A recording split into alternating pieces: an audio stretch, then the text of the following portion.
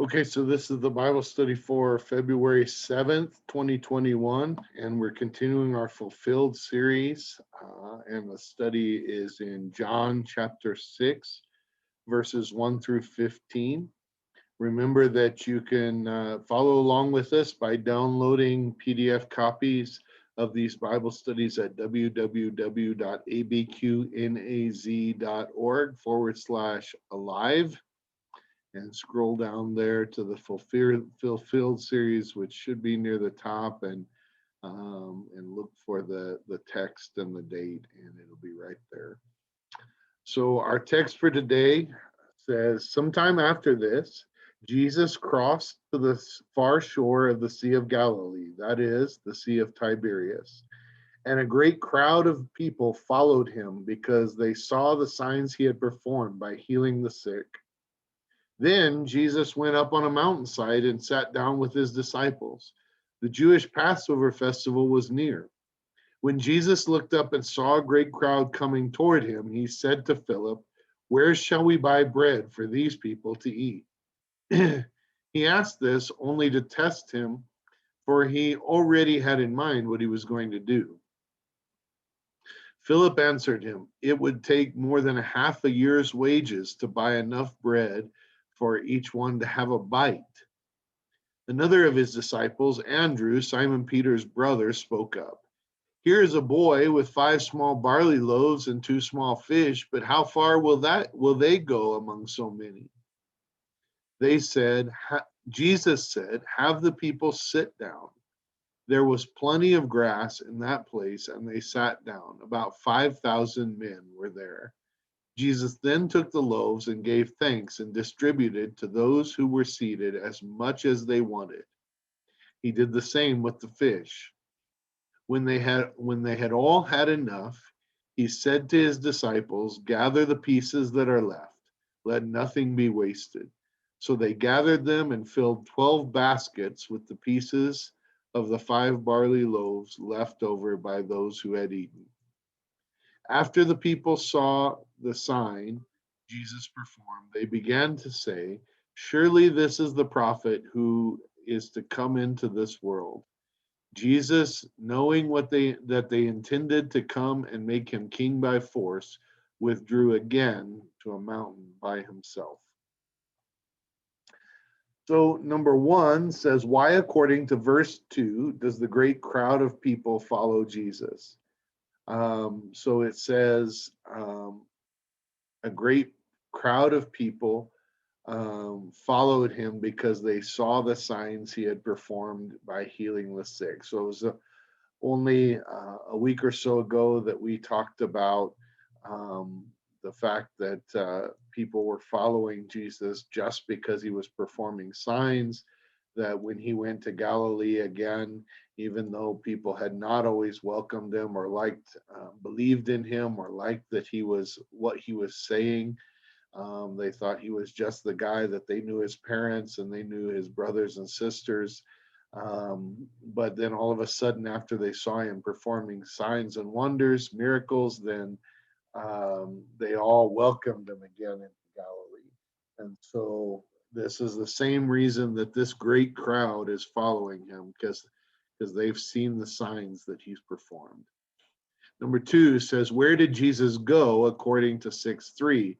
It says, then Jesus went up on a mountainside and sat down with his disciples. So A, to Jerusalem? No, that's like the opposite direction from where he went.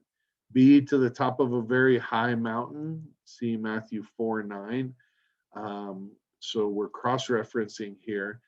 This is not the same story, but this is the story of Jesus's tempting in the desert when he was tempted by Satan. And it says that he took him up to a place where he could see everything. So what we're trying to say, so C is to a hillside to sit with his disciples. What we're trying to address here is that when Jesus saw the crowds coming after him, it didn't excite him. It didn't get him all amped up. In fact, Instead, he went and found a hillside where he could sit just with his disciples. So he seemed to be moving away from the crowd. Now, the text in Matthew 4:9 is that the temptation of Jesus at the beginning of his ministry included a temptation for the enemy to give him reign or rule over anything that he could see, and everyone bowed down to him. And so the irony of all that, well, first of all, let's just say he didn't give in to that temptation. That wasn't his desire. He didn't want people to bow down to him. He wanted people to know the Father. And so then in this situation, when they started following him around, he didn't go to the crowd. And in fact, in the next question, we're going to reference the next chapter where he's basically told that he should go to Jerusalem because somebody who wants to be a public figure should go to Jerusalem when everybody else is going to Jerusalem and shouldn't hide. But what we find is that Jesus is not seeking out a bunch of people to follow him. He's not seeking out popularity. He's not seeking out acclaim. He's not seeking out all the things, frankly, that most of us seek or want, or at least think we want. He is, honestly, he does want to be with his disciples, those that listen to his teaching, those who follow his teaching, and by his teaching draw closer to the Father. That's what Jesus wants. He doesn't want a bunch of glory being brought to him as he walks this earth. He doesn't want a bunch of people following him around. And so it's pretty interesting, the humility that we see in the human person of Jesus here on this earth, um, that we see Jesus deferring attention and preferring not to have that kind of attention. And instead, he goes to sit with his disciples because that's what he really wants to do. Number three, why does John tell us in 6:4 that the Jewish Passover festival was near? A, dates and context were important to John. That's true. And it's true in scripture as we study scripture as well. So there's a lot of little asides like this that give us information about the time and the place and what Jesus had said and things like that. But the truth is that it is important, and it's a form of foreshadowing. So B says this statement frames the entire rest of the text. See John 7:6. So it's sort of an ominous reminder of of of Jesus, sort of his moving towards Jerusalem. And the moving towards Jerusalem is also a sign of him moving towards his death ultimately. Um, but in John 7:6, and if you read the surrounding text, that's when Jesus's brother tells him that he should go down to Jerusalem. Um, let's see, actually, that's a different text, but it's also a good text. So in 7:6, he says, oh, no, yeah, he says in verse 4, no one who wants to become a public figure acts in secret. Since you are doing these things, show yourself to the world, for even his own brothers did not believe in him. Then in verse 6, therefore Jesus told them, my time is not yet here for you, any time will do. So they're trying to encourage him to go down and be a public figure and be popular. And Jesus says, it's not the time. That's not what I'm about. I'm only going to be recognized at the time that God has set aside for me to be recognized, and for the purpose God has set aside. Also, see, it makes all this talk of bread make a little more sense. So Jesus is feeding them. The Passover was a big part of that was unleavened bread, and there was, I don't know if that is really a foreshadowing thing or not, but certainly the bread that Jesus is giving in this text is symbolic. I mean, it's real, people ate it, but ultimately it's also symbolic of what Jesus is able to do, and the provision that Jesus is able to give. And when we look at the Passover feast, so Jesus was the Passover lamb. Ultimately, the Passover was the beginning of the celebration that ultimately Jesus sort of transformed and has become to us the Lord's Supper, where we receive His body and His blood. And so here we are with Jesus feeding everybody bread, but ultimately in the back of our minds, as we read John's gospel, we remember that he's on his way um, to the death, and he's on his way to a Passover feast that was that became our celebration of communion with him as the Passover lamb. So we talked a little bit about this earlier in the Fulfilled series before we went into the book of John. Um, you know, there's, some people don't like symbolism, and some people don't like to think that there was anything about this other than just Jesus is feeding people bread. But when we read John's gospel and understand how he wrote it, and the things that he inserts that seem to be for a purpose and seem to be for a reason, John seems to be, whereas the synoptic gospels seem to be telling a story, and we know they were written for a purpose and they're not just a history, but at the same time they seem to be telling the story, and the details that they include may be significant for the story and for the purpose of the author.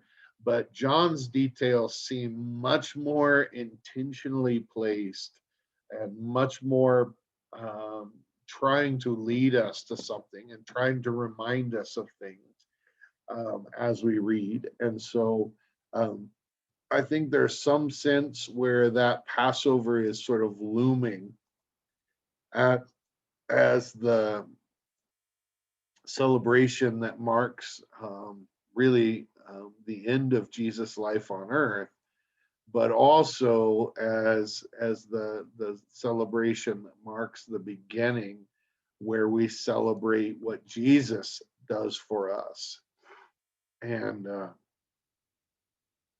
that's pretty significant. So number 4 says, what did Jesus ask his disciples, or why did Jesus ask his disciples where they would buy bread for all the people that were coming according to this text? A, because he was worried. We know that that's not the case. B, because he felt responsible for the people who had come out to see him. Maybe there was something to be said for that. But perhaps with Jesus, it would be more in his character to say that he felt compassionate for them than he felt responsible for them. Um, but probably a better answer is C, because it says it right in the text. To test shouldn't be his Philip. I was going to say his disciples, but I specifically pointed out Philip because it does here. To test Philip, he knew what sort of things Philip worried about. He just pushed his button. Then Philip told on himself. Notice the exclamation points in the English translation of verse 7. He says, it would take more than half a year's wages to buy enough bread for each one of these, for each one to have a bite. The exclamation. This is what Philip was worried about. If Philip's watching these people come, and Jesus looks at Philip, and Jesus knows what he's concerned with, what he's worried about. Um, and maybe maybe it was Philip. Maybe Philip's the guy that had the idea to go to town to get bread when Jesus was with the Samaritan woman at Jacob's well. Maybe we maybe we don't hear everything about Philip, but maybe this was the thing that Philip always worried about. And Jesus knew what was going on in his head when he saw the look in his eyes when Philip saw those people coming. And instead of saying, "Don't worry, Philip, it'll be all right," he started poking at him. He said, "Where are we going to get bread for all these people to eat? Where will we buy bread?" Because he knew this is the sort of thing that Philip was asking, except for Philip had already jumped to the next, and that's his comeback was showed that he had already jumped to the next thought. It doesn't matter where we can buy bread. We wouldn't be able to buy bread for all these people if we wanted to.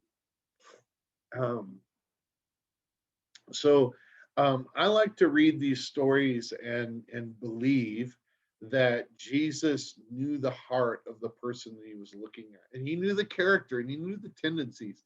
We've all got friends and co-workers and leaders and people who follow us in our ministries and in our workplaces who we just know. We can put the words in their mouth before they ever say them because we know what they're going to say.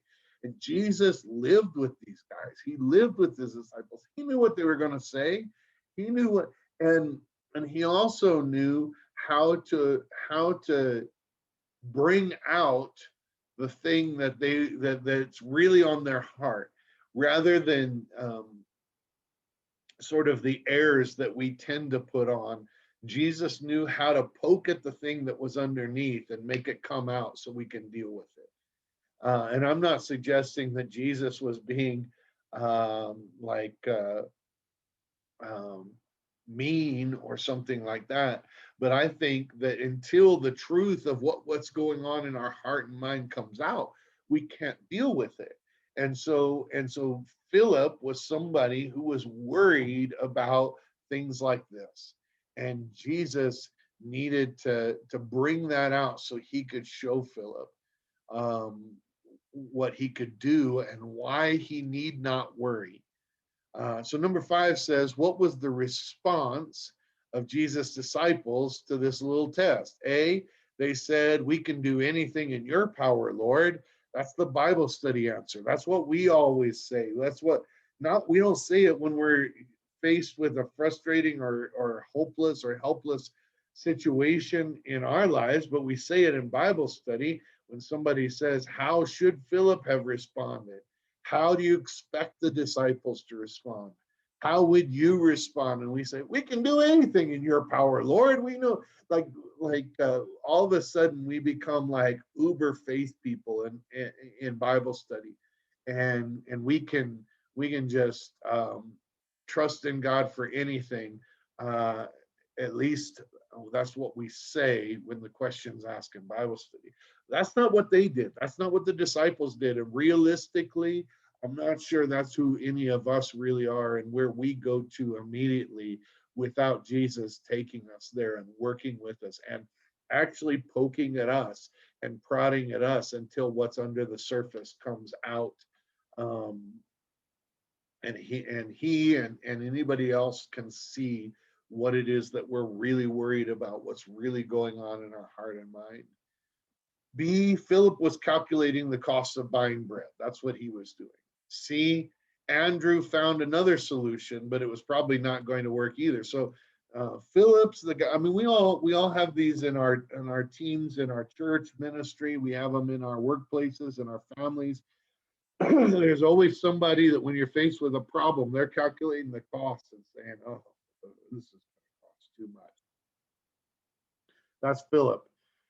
Then we have somebody else that's an outside the box thinker and say, "I don't know, it's too much. There's no way we're going to get to, hey, here's a kid. He's got some fish and some loaves. It's not going to be enough for everybody, but it's something. What can we do with that, Jesus?" And so he's kind of instead of sort of the pessimist that's pulling out his hair and saying it's too much, he finds a solution, but it's not a good enough solution, but it's something.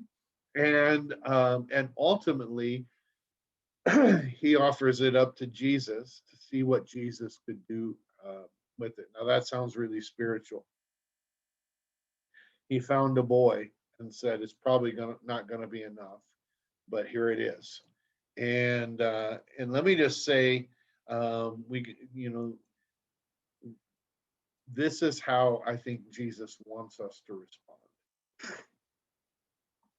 He doesn't want us to go find the solution on our own, but he does want people, I think, that are like Andrew, that look around and say, "Well, here's something. It's not enough, but if it's offered to Jesus, maybe it can be more. Maybe it can be something." And that look at our lives and say, instead of saying there's no way I can do that, if Jesus calls us, if God calls us to ministry, or if God calls us to give, or if God calls us, the things that God calls us to so often, we can either be a Philip who says, there's no way this isn't gonna work, we can't, I mean, everything we can give, it's impossible. Or we can be an Andrew who says, yeah, I mean, here's what I have. Um, I I can't go buy the bread, but whatever I have, I give to you, Jesus. Or we can talk about this boy and his offering, but that's what Jesus is looking for. Not people that can solve the problem, but not people that see how impossible it is. He wants people that are willing to give what they have and trust Jesus to make it what it needs to be. So um, number 6 says, what did Jesus do according to verses 10 through 13? A, Jesus told his disciples to have the people sit down. There were about 5,000 men, which suggests there were probably more, including women and children that might have come out.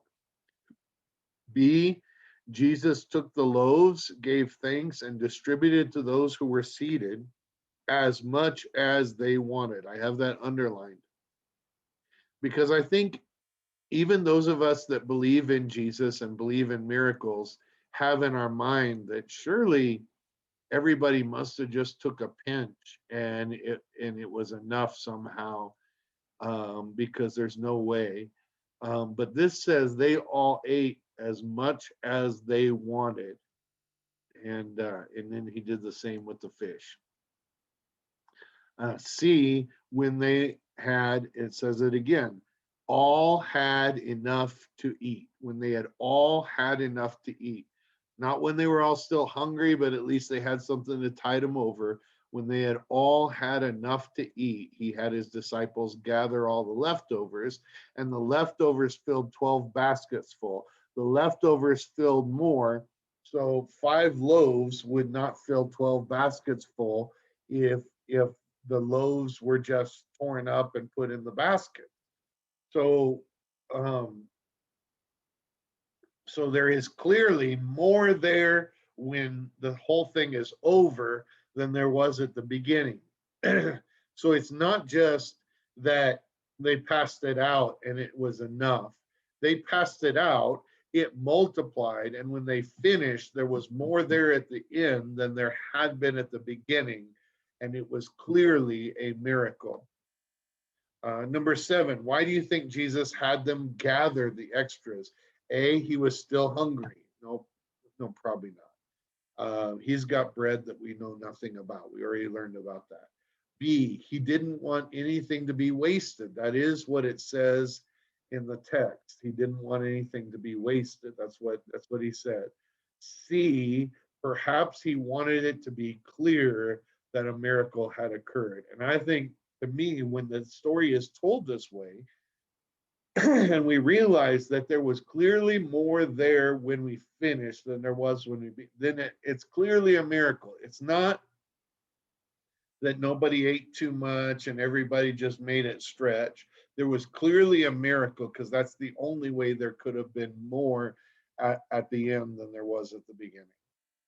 Number 8, how did the people respond according to verse 14? So it says, after the people saw the sign Jesus performed, they began to say, surely this is the prophet who is to come into the world. So we talked about at the beginning of our Fulfilled series, we talked about the prophet that they were looking for. We talked about the Elijah. They were looking for this prophet that was going to come. And when they said that, that ultimately means that they believe he's the Messiah, or he's the one that's to come and again be um, the one that brings life and sets things right in Israel. Number the second part of number 8 says, what did Jesus do? So Jesus, knowing that they intended to come and make him king by force, withdrew again to the mountain by himself. Now listen to that. Jesus, the one who went to the mountainside with his disciples when these people were coming, the one that didn't go to Jerusalem, the one that in chapter 7 doesn't go to Jerusalem at the time his brothers thinks that he should, because his brothers think he's trying to become a public figure, and they think that they know what it is. It's like he's a politician and they think they know they're going to be his campaign managers. This is when you should go and what you should do. And Jesus said, for you any times, right? It's not my time. And he's pointing out that ultimately this is the Jesus who doesn't want to be made king by force, who wants to be what God the Father wants him to be, but does not want attention brought to him because of anything that he has done. And this is a model. So we come back to the end that circles back to the same thing that we were seeing at the beginning of this text. Number 9 says, how do you respond to people who want to praise you and encourage you to take power instead of giving glory and honor and power to God? Um, so the question is, are we recognizing God and his power in our lives, or and are we honoring God and following in the footsteps of Jesus in humility, or are we excited when people want to put us in authority?